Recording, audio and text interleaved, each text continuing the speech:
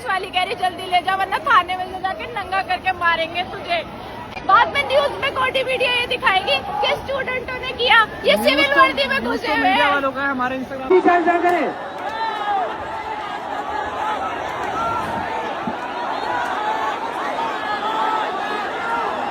लाठी चार्ज। अरे क्या कर रहे हो, क्या कर रहे हो, क्या कर रहे हो, क्या कर रहे हो?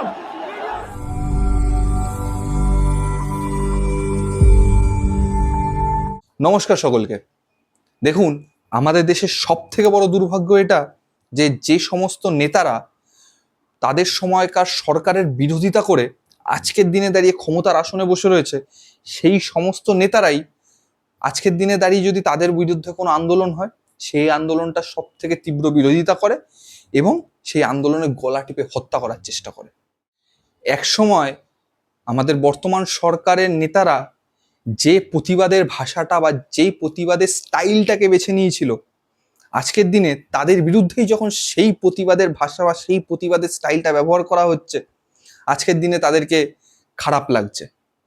আপনারা শুধু ভাবুন ক্ষমতার লোভ মানুষকে কোন পর্যায়ে নিয়ে যেতে পারে, যেটা এই 20 তারিখের ঘটনাটা সাক্ষী থেকে গেল। দেখুন, কেন্দ্রীয় নেতারা যে যাই বলুক না কেন যে আমরা চাই এই আন্দোলনটা যেন বন্ধ হয়ে যায় বা যারা এই পেপার লিকের সাথে জড়িত তাদের কঠোর শাস্তির ব্যবস্থা করব আমরা, কিন্তু আদৌ কি সেটা সত্যি? কারণ তাদের হাবভাবে বা তাদের কার্যকলাপে তো সেটা মনে হচ্ছে না।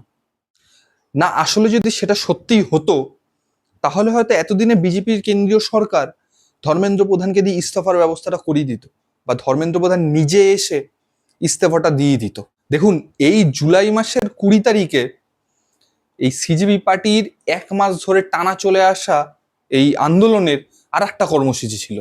না, সেটা কি ছিল? যন্তর মন্তর থেকে তারা লোকসভা ভবন পর্যন্ত একটা পিসফুল প্রোটেস্ট মার্চ বা একটা শান্তিপূর্ণ মিছিল তারা করবে। না, কিসের জন্য? এই সেম পেপার লিক বা প্রশ্নপত্র ফাঁসের জন্য।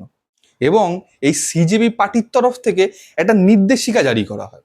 না, কিসের নির্দেশিকা? না, এই নির্দেশিকাতে বলা হয়েছিল যে আপনারা কোন কোন জিনিসগুলো এই আন্দোলন চলাকালীন এই মিছিলে আপনারা নিয়ে আসতে পারবেন এবং কোন কোন জিনিসগুলো আপনারা নিয়ে আসতে পারবেন না, আপনারা কি কি করতে পারবেন, কি কি করতে পারবেন না, এটা টোটাল একটা লিস্ট এই সিজিবি পার্টির থেকে অফিসিয়ালি ভাবে বের করে দেওয়া হয়েছিল। প্রথমেই আপনারা সেটা দেখে নিন।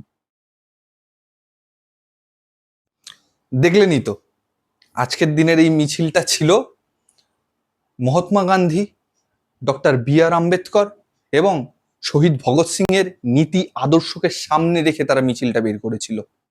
আর এই মিছিল চলাকালীন আপনারা তো দেখলেনই যে কি পরিমাণ পুলিশ লাঠিচার্জ, টিয়ার গ্যাস পর্যন্ত করলো। এবং কিছু কিছু ছবিগুলো আপনারা দেখুন যে এই ছবিতে দেখা যাচ্ছে যে কিরকম ভাবে একজন সাধারণ মানুষ বা এই আন্দোলনে যারা যারা সামিল হয়েছিল তাদের শরীরে ফুটো ফুটো ফুটো ফুটো হয়ে গেছে। এবং আমরা শেষ পর্যন্ত কিন্তু দেখলাম যে এই সিজিবি পার্টির দুজনের সাথে কেন্দ্রীয় মন্ত্রী এবং বিজেপির প্রাক্তন সভাপতি, সে কিন্তু এদের দাবিগুলো যে 3 দফা দাবি তারা রেখেছিল সেই দাবির যে চিঠিটা তারা তার হাতে তুলে দিয়েছিলেন। তাহলে তা সত্ত্বেও কেন এই ছাত্রছাত্রী বলুন বা যারা এই প্রোটেস্টে এসেছিল তাদের উপর এই রকম পরিমাণে টর্চার করা হলো? কারোর মাথা ফাটলো, কারোর হাত পা ভাঙলো। আর আরেকটা কথা বলুন তো, এই কেন্দ্রে যেদিন থেকে এই বিজেপি সরকার বসেছে, এই সরকারের বিরুদ্ধে যদি কোনো প্রতিবাদ করা হয় বা কোনো কথা বলা হয় তাহলে সেটা অ্যান্টি ন্যাশনাল কোথা থেকে হলো? আর সত্যি কথা বলতে গেলে এই ধর্মেন্দ্র প্রধানকে দিয়ে ইস্তফা কেন দেওয়ানো যাবে না? না মানে কোন রথী মহারথী তিনি? তার সময়কালীনই তো এতগুলো প্রশ্নপত্র ফাঁস হলো, এতজন ছাত্রছাত্রী সুইসাইড করলো, আগেও হয়েছে, কিন্তু তার সময় তো সব থেকে বেশি হলো। এইরকম গুরুত্বপূর্ণ পরীক্ষার প্রশ্নপত্র দুবার করে ফাঁস হলো, তাহলে কেন দেওয়ানো যাবে না তাকে দিয়ে? না মানে তিনি তো শিক্ষামন্ত্রী হিসেবে ব্যর্থ পুরোপুরি।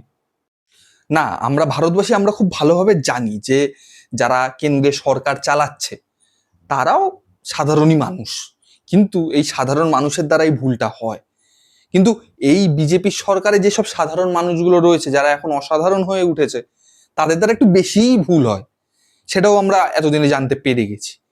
তা আমার বক্তব্য হলো যে এই যে তোমরা যে ভুলগুলো করছো, তা সেই ভুলগুলোর জন্য একটু সরি বা ভুল হয়ে গেছে আর হবে না, আরো ভালো করার চেষ্টা করছি, এইসব কথাগুলো তো ব্যবহার করা যায় নাকি? এইসব কথাগুলো আপনাদের ডিকশনারিতেই নেই? নাকি আপনারা নিজেদেরকে ভগবানের কি ভেবে ফেলছেন? না মানে যেটুকখানি হাবভাব দেখছি আপনাদের মনে তো সেই রকমই কিছু একটা হচ্ছে।